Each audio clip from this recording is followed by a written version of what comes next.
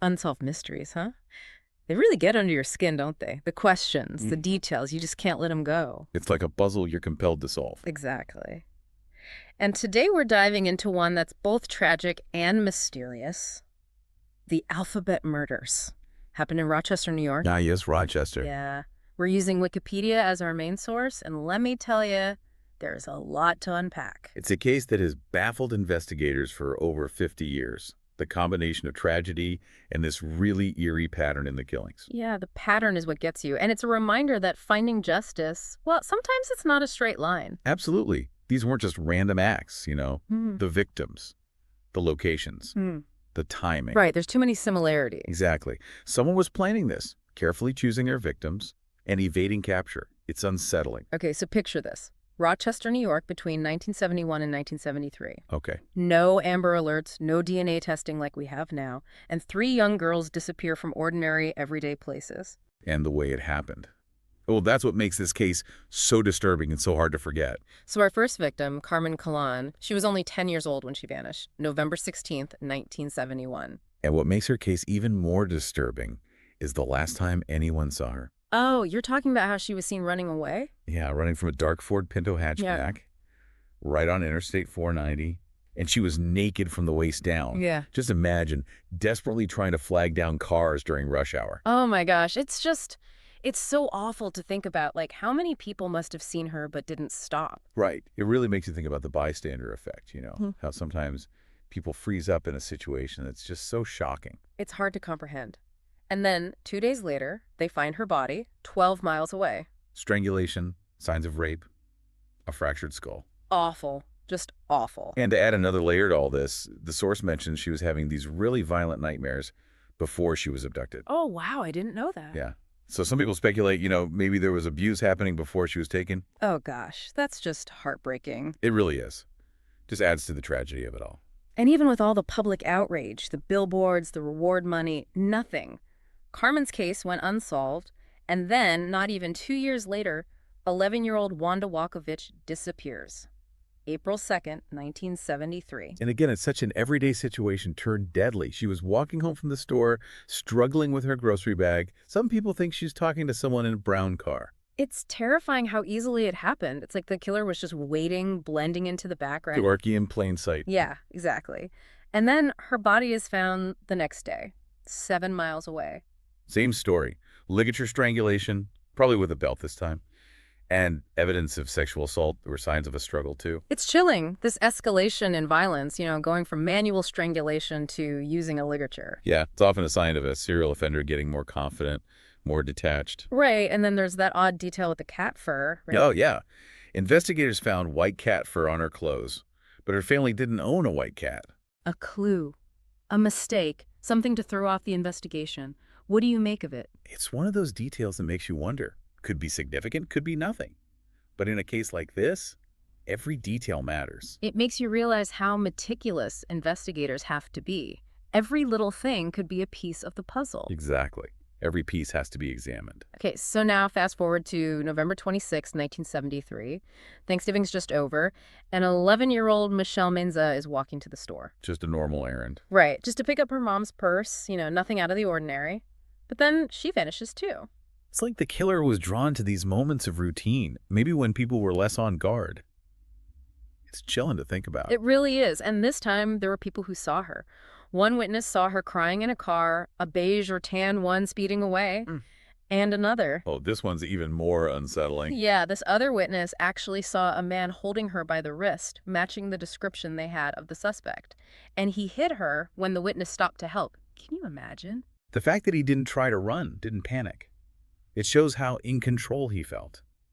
This was planned, and he wasn't afraid. Yeah, definitely not a random act of violence. And sadly, Michelle's body was found 2 days later, 15 miles away. Same MO, strangled, evidence of sexual assault, blunt force trauma. And I bet this is where that white cat fur comes up again, right? You got it.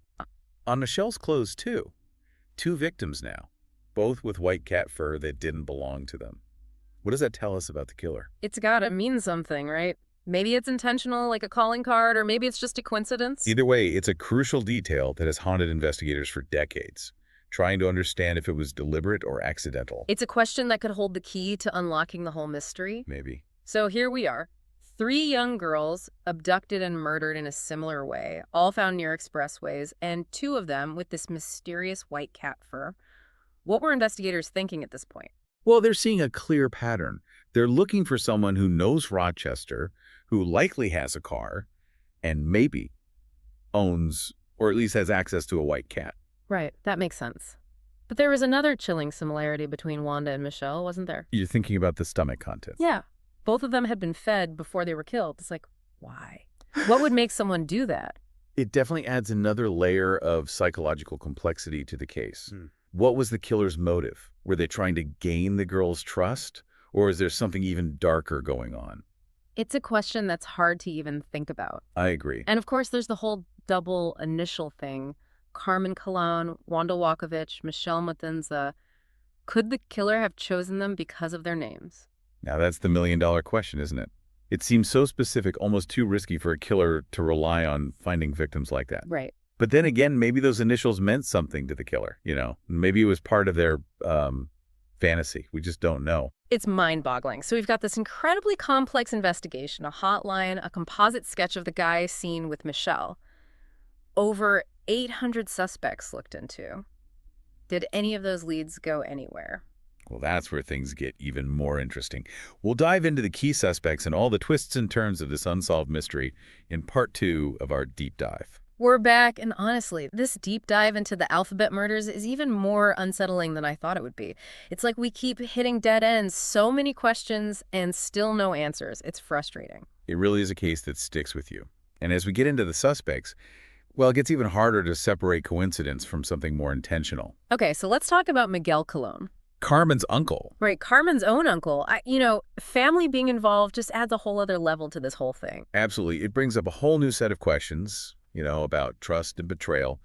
And with Miguel, there were a lot of red flags from the start. Okay, like what? Well, he owned a car that matched what some witnesses described. And then after Carmen disappeared, he cleaned it really thoroughly. And get this, just days after Carmen was murdered, he takes off to Puerto Rico. So he was trying to run. It definitely looks suspicious. But did they ever actually find anything concrete linking him to the crime scene? That's the thing. Even with all those red flags, they never found any physical evidence. No fingerprints, no DNA, nothing that directly tied him to Carmen's murder. Oh, wow. He was questioned, of course, but without solid proof, they couldn't charge him. So he just had this cloud of suspicion hanging over him. Pretty much. And then in 1991, he died by suicide. Took whatever secrets he had with him. Oh, it's another layer of tragedy, did they have the right guy all along, or was the real killer still out there somewhere? It's a question that's never going to be answered, unfortunately. It's really sad. Okay, well, let's move on to another suspect. Dennis Termini, the garage rapist, they called him. Right. He was committing a lot of rapes around the same time the alphabet murders were happening. So maybe there's a connection there. Was there anything else that linked him to the murders? Well, he drove a beige car. And remember the witnesses who saw Michelle Maenza in a similar car. Right. And not just that, he lived pretty close to where Michelle was last seen. Oh, wow. Okay. So we've got the car, the location, and we know he was violent. It's starting to look like he might be our guy, right? It's possible. And don't forget about that white cat fur. Oh, yeah, right. They found some in his car. Could be a coincidence, but... Yeah, it could be.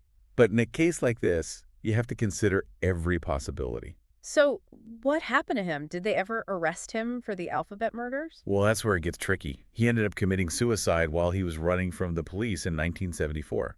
Oh, wow. So no trial, no chance to really get answers? Unfortunately not. But here's where it gets interesting.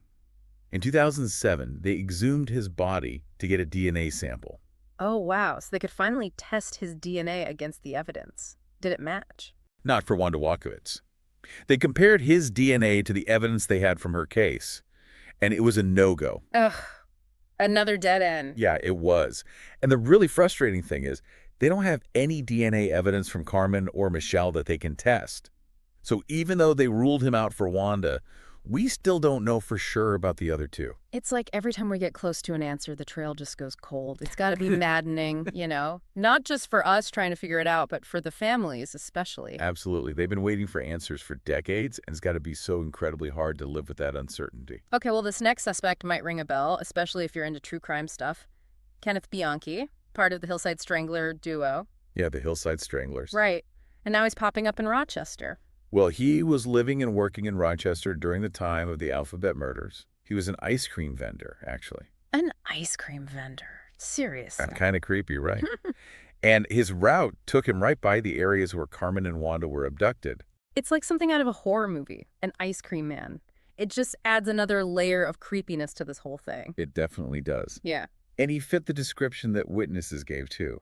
Young white guy, dark hair, driving a car similar to those seen near the abductions. Okay, so we've got the location, the look, and then later on, he's part of these horrific murders in L.A. It's hard to ignore that, right? No, it is. The M.O., the victims, the way the killings were carried out, there are definitely similarities. But did they ever connect him to the Rochester cases, like officially? No. He says he didn't do it, and they haven't found any evidence that directly links him to the Alphabet murders. Ah. But here's the thing. He moved from Rochester to Los Angeles in 1976. Right when the Alphabet murders stopped. Exactly. It's hard not to be suspicious about that timing, so we're left with yet another suspect who could fit the bill, but no way to prove it. That's kind of the theme with this case, unfortunately. It's frustrating, but I guess it's a good reminder that real-life investigations aren't always neat and tidy. Exactly. It's not like TV. Sometimes there are more questions than answers, and you just have to accept that. Okay, before we get to the last suspect, can we just take a minute to appreciate the investigators working on this case? They were dealing with limited technology, a ton of pressure, and so much fear in the community. They were doing their best in a really tough situation. Oh, absolutely. It's easy to look back now and say, well, why didn't they do this? Or why didn't they check that? Yeah. But they were working with what they had at the time. You're right. It's important to remember that. Okay, ready for this last suspect? This one's, well, it's the most mind-blowing of all, I think. I think you might be right. Joseph Nasso. And when you hear what he did, well, the similarities to the Alphabet murders are just chilling. Okay, what did he do? So, in 2013, he was convicted of killing 4 women in California. Happened between 1977 and 1994. And get this, his victims. Their first and last names all started with the same letter. No way. Are you Yeah. serious? Another double initial thing? That's just too weird. It's wild, right? I mean, what are the odds? It makes you wonder, like, was he copying the Alphabet murders, or could he actually be connected to them somehow? I mean, he lived in Rochester in the early 70s, and he traveled back and forth between New York and California a lot. So it's possible. It's definitely possible. They had to look into it. And they did test his DNA against the evidence from the Alphabet murders. What happened? Well, the test showed he wasn't a match for Wanda Walkowicz. Ugh, not again. And of course, there's no DNA from Carmen or Michelle to compare, so we're left with the same problem. He could be involved, he could not be, but we just don't know for sure. So frustrating. It's like this case is designed to drive you crazy with all these loose ends and what ifs. It really does make you question everything. Like, are we seeing patterns that aren't really there? Or is there some kind of, I don't know, a master plan behind all this? Those are some big questions. I don't know if we'll ever have the answers. But what about the families of the victims? They're the ones who have to live with all this uncertainty, all this pain. You're right. And that's something we need to talk about. In the last part of our deep dive, we're going to explore the impact these crimes have had, not just on the families, but on Rochester as a whole. You know, after spending all this time on the Alphabet murders, it's just, I don't know, it's heavy. Like, we've gone through all these details, all these weird connections, and we're still left with nothing but questions. Yeah, it's definitely a case that weighs on you. You know, it really makes you think about the limits of justice sometimes. Like, sometimes you just can't get those clear-cut answers. And for the families, it must be. God, I can't imagine losing a child like that and then never knowing for sure who did it, never getting that closure. It's unimaginable the pain they must go through and that need for answers. Yeah. It's so human, you know. We want to understand, we want to make sense of things, especially when something so horrible happens. Right. Like, I was reading that quote from Carmen Colón's mother on Wikipedia, and it just broke my heart. She said, "If I could die knowing who killed my Carmencita, I could die more peacefully than I have lived." Wow. That's powerful. It really is. You can just feel the weight of that grief, that longing for answers. Like, if she just knew who did it, she could finally find some peace. It speaks to how deeply these crimes affect people. How the search for justice isn't just about catching the killer, but about bringing some solace to those left behind. Absolutely. It's about honoring the victims making sure they're not forgotten. And it makes you think about Rochester itself, you know? Like, this wasn't just some isolated incident. This whole city was terrorized. Absolutely. Think about it. You're living in Rochester back then, and suddenly young girls are being abducted. No one knows who's doing it or who might be next. It's got to be terrifying. Just that constant fear, wondering if your child is safe. Yeah. It changes everything. You can't trust anyone. You're looking over your shoulder all the time.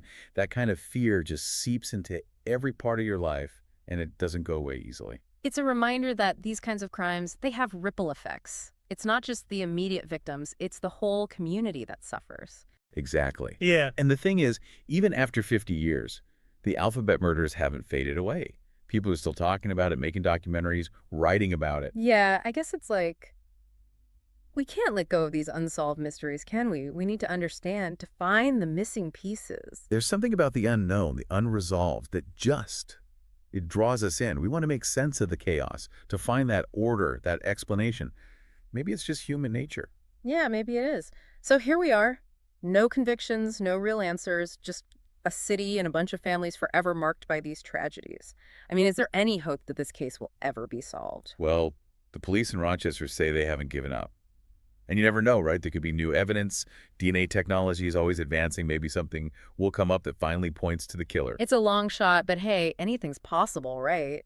And for the families, that little bit of hope, it's got to be what keeps them going. It really does speak to the strength of a human spirit that even after all this time, they haven't given up on the possibility of justice. It's inspiring, in a way. Well, I think that about wraps it up for our deep dive into the alphabet murders. It's a tough case, a sad case, and it's one that'll probably stick with me for a while. It's not easy to forget. Yeah. But it's important to remember, remember the victims, keep asking questions, and maybe, just maybe, someday, we'll finally have those answers we're looking for. I hope so. And for everyone listening, thanks for joining us. If you're interested in learning more about the alphabet murders, there's plenty of information out there. And hey, maybe you'll have some insights that no one else has thought of. Keep those theories coming. You never know what might help crack a case, even one this cold. That's right. Thanks again for listening, everyone.